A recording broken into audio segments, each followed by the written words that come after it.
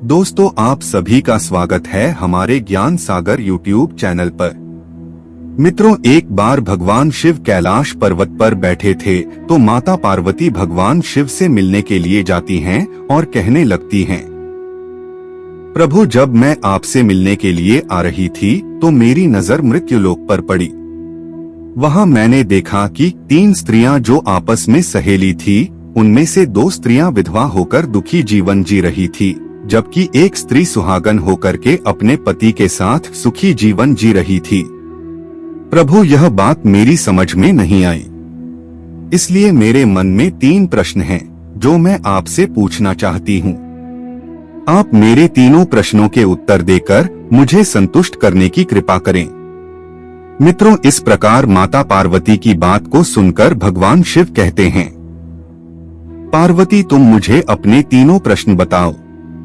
मैं तुम्हें तुम्हारे प्रश्नों के उत्तर देकर तुम्हें पूरी तरह संतुष्ट करने की कोशिश करूंगा। पार्वती कहती हैं, प्रभु, मेरा पहला प्रश्न है, कौन सी स्त्री समय से पहले विधवा हो जाती है? मेरा दूसरा प्रश्न है, कौन सी स्त्री को जीवन में कभी सुख नहीं मिलता? और मेरा तीसरा प्रश्न है, कौन सी चीज ऐसी है जो एक पत्नी अपने पति को मांगने से भी नहीं देती? मित्रों, इस प्रकार माता के भगवान शिव कहने जिन स्त्रियों की बात कर रही हो, उनमें से 2 स्त्रियां विधवा हो दुखी जीवन जी रही हैं और वहीं पर एक स्त्री सुहागन होकर के अपने पति के साथ में अपना सुखी जीवन जी रही है। तुम जानना चाहती हो आखिरकार ऐसा क्यों है? तो मैं तुम्हें एक छोटी सी कहानी सुनाता हूँ। इस कहानी को बहुत ही ध्यान से सुनना। आधी अधूरी कहानी सुनने वालों को आधा अधूरा ही ज्ञान प्राप्त होता है, जो जीवन में कभी काम नहीं आता, क्योंकि तुम्हारे तीनों प्रश्नों के उत्तर इस छोटी सी कहानी में समाये हुए हैं। इस कहानी को यदि तुमने ध्यान से सुना तो तुम्हारे तीनों प्रश्नों के उत्तर तुम्हें अवश्य मिलेंगे और तुम्हें संतुष्टि प्राप्त होगी। मित्रों, माता पार्वती कहती हैं, प्रभु, मैं आपकी बात से सहमत हूँ, आप कहानी शुरू करो। मैं कहानी को पूरे मन से सुनूंगी और जब तक आप कहानी बोलेंगे तब तक मेरा मन किसी दूसरे स्थान पर नहीं जाएगा। तो मित्रों, मेरा पहले आप सभी से अनुरोध है कि आप हमारे चैनल को सब्सक्राइब अवश्य करें और कहानी के अंत तक बने रहें, क्योंकि आज की कहानी आपके लिए बहुत ही महत्वपूर्ण होने वाली है। तो आइए आज कुछ नया सीखते हैं। भगवान शिव कहते हैं, पार्वती, सबसे पहले मैं तुम्हें उस स्त्री की कहानी सुनाता हूँ जो सुहागन बनकर के सुखी जीवन जी रही है। देखो, जिस सुहागन स्त्री की तुम बात कर रही हो, वह सुहागन स्त्री एक राजा के नौकर की है, पत्नी है, और जिस नौकर की वह पत्नी है, उस नौकर को अपनी पत्नी पर पूर्ण विश्वास और भरोसा है कि वह पतिव्रता है, जिसकी महिमा वो अपने साथियों में बार बार करता है। अब देखो, एक दिन की बात है, उस राजा के नौकर ने अपनी पत्नी की प्रशंसा इतनी की कि बात धीरे धीरे फैलते हुए राजा के दरबार तक पहुंच गई। फिर राजा ने अपने नौकर को बुलाया और उस नौकर से कहा कि तुम हर किसी से कहते हो कि तुम्हारी पत्नी पतिव्रता है। क्या वास्तव में तुम्हारी पत्नी पतिव्रता है? क्या आपको पूर्ण विश्वास है? भगवान शिव कहते हैं, पार्वती, इस प्रकार राजा की बात सुनकर के नौकर कहने लगा, महाराज, मुझे पूरा विश्वास है और पूरे से भी आगे विश्वास है कि मेरी पत्नी पूरी तरह पतिव्रता है। उसी समय राजा का महामंत्री कहने लगता है, यदि मैं तेरी पत्नी का पतिव्रत धर्म खंडित कर दूं तो तुझे क्या सजा मिलनी चाहिए? फिर नौकर ने कहा, यदि तुम मेरी पत्नी का पतिव्रत धर्म खंडित कर देते हो तो महाराज मुझे फांसी लगा देना। राजा का नौकर भी मंत्री से कहता है कि यदि महाराज यह मेरी पत्नी का पतिव्रत धर्म खंडित नहीं कर पाए तो इनको सजा क्या मिलनी चाहिए? तो राजा ने कहा कि मंत्री को भी फांसी की सजा दी जाएगी। भगवान शिव कहते हैं, पार्वती, इस प्रकार मंत्री ने स्वीकार कर लिया और नौकर से पूछा कि क्या वस्तु लाऊं जिससे तू माने कि मैं तेरी पत्नी का धर्म खंडित करने में सफल हुआ? तो नौकर ने कहा कि मंत्री, यदि तुम मेरे घर से जाकर के मेरे विवाह के समय पर मुझे एक पटका मिला था और एक कटार मिली थी जो दूल्हे को देते हैं, वह मेरी पत्नी ने बहुत ही संभाल कर रखी है, जो सुहाग की निशानी मानी जाती है। यदि तू पटका और कटार लाकर मुझे दिखा दे तो मैं मान जाऊंगा कि मेरी पत्नी का धर्म तूने पूरी तरह नष्ट कर दिया है। अब भगवान शिव कहते हैं, पार्वती शर्त स्वीकार हो जाने के बाद में वह मंत्री शहर में जाता है और एक दासी से जाकर मिलता है। वह दासी हमेशा एक दूसरे से लड़ाने का काम करती थी और जो काम कोई नहीं करता था वह काम करने में सक्षम थी।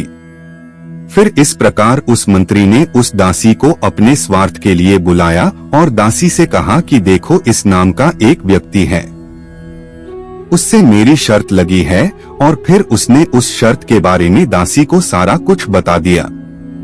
फिर वो उस दासी से कहने लगा कि तू कैसे भी करके उस स्त्री से मेरा संपर्क करवा दे। तुझे जितना धन चाहिए मैं उतना धन दूंगा। भगवान शिव कहते हैं, पार्वती इस प्रकार मंत्री की बात सुनकर के दासी कहने लगी, भाई तू उस औरतों के बारे में बात मत कर, वह औरत पूरी तरह से पतिव्रता है। तेरी और थूकेगी भी नहीं, तेरी शक्ल भी नहीं देखेगी और उनके परिवार के सभी लोग भी खूंखार हैं।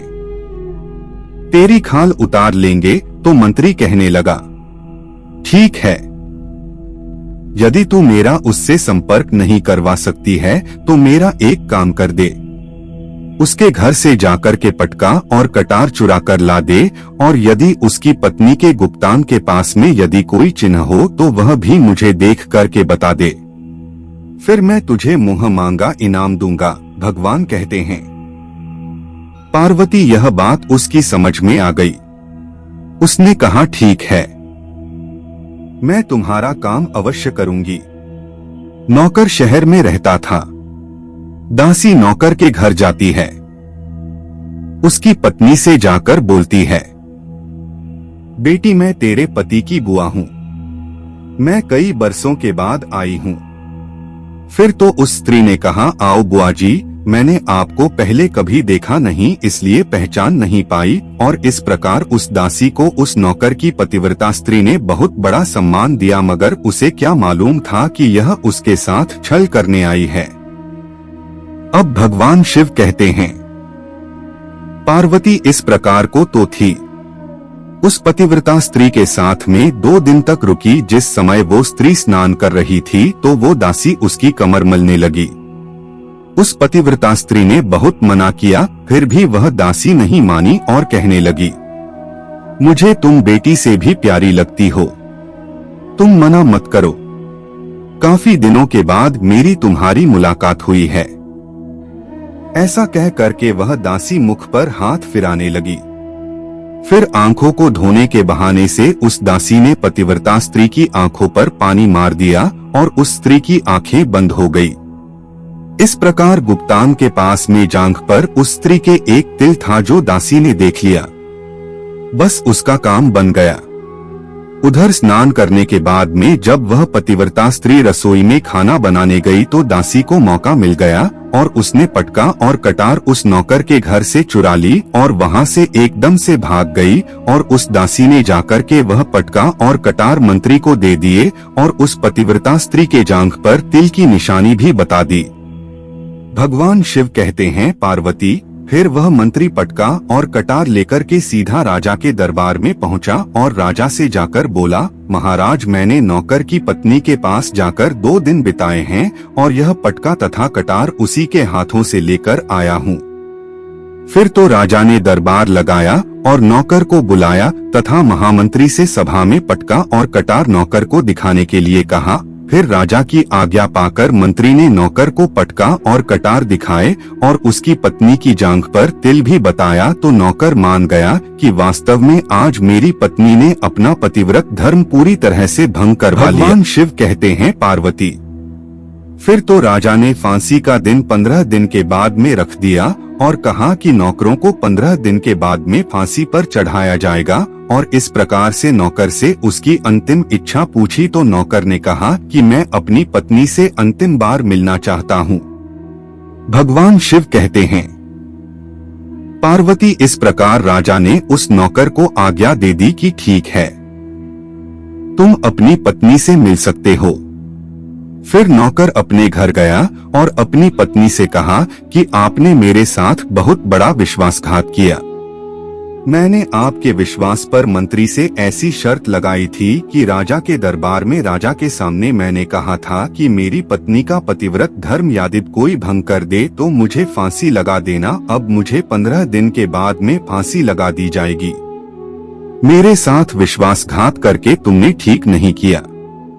भगवान शिव कहते हैं, पार्वती, उस पतिव्रता स्त्री ने अपने नौकर पति को सारी बात बताई, मगर उसे विश्वास नहीं हुआ और वह राजा के दरबार में पहुंच गया। नौकर वापस जाकर जब पहुंचा तो उसे जेल में डाल दिया गया।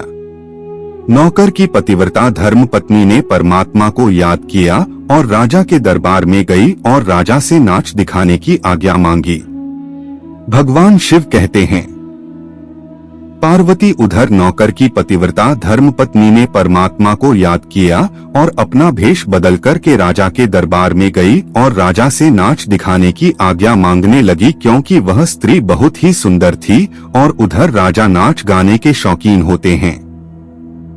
इसलिए राजा ने आज्ञा दे दी कि सभी मंत्री और महामंत्री आदि उपस्थित होकर इस सुंदरी का नाच करवाने की पूरी व्यवस्था करें। भगवान शिव कहते हैं, पार्वती, अब सभी मंत्री, महामंत्री, राजा आदि दरबार में उपस्थित हुए और फिर उस नौकर की धर्मपत्नी पतिव्रता स्त्री ने जब नाचना शुरू किया तो राजा को उस स्त्री का नाच बहुत ही सुंदर लगा और फिर राजा ने कहा कि तुम मुझसे क्या मांगना चाहती हो? जो भी मांगोगी मैं तुम्हें वही दूंगा। भगवान शिव कहते हैं, पार्वती, फिर उस नौकर की पतिव्रता स्त्री ने कहा, महाराज, आपकी सभा में मेरा चोर है जिसने मेरे रुपए लिए थे मगर आज तक वापस नहीं दिए। उसे फांसी की सजा दे दीजिए। अब राजा ने कहा, ठीक है, बताओ मेरे दरबार में तुम्हारा चोर कौन है, उसका नाम क्या है? मैं उसको फांसी की सजा अवश्य दूंगा।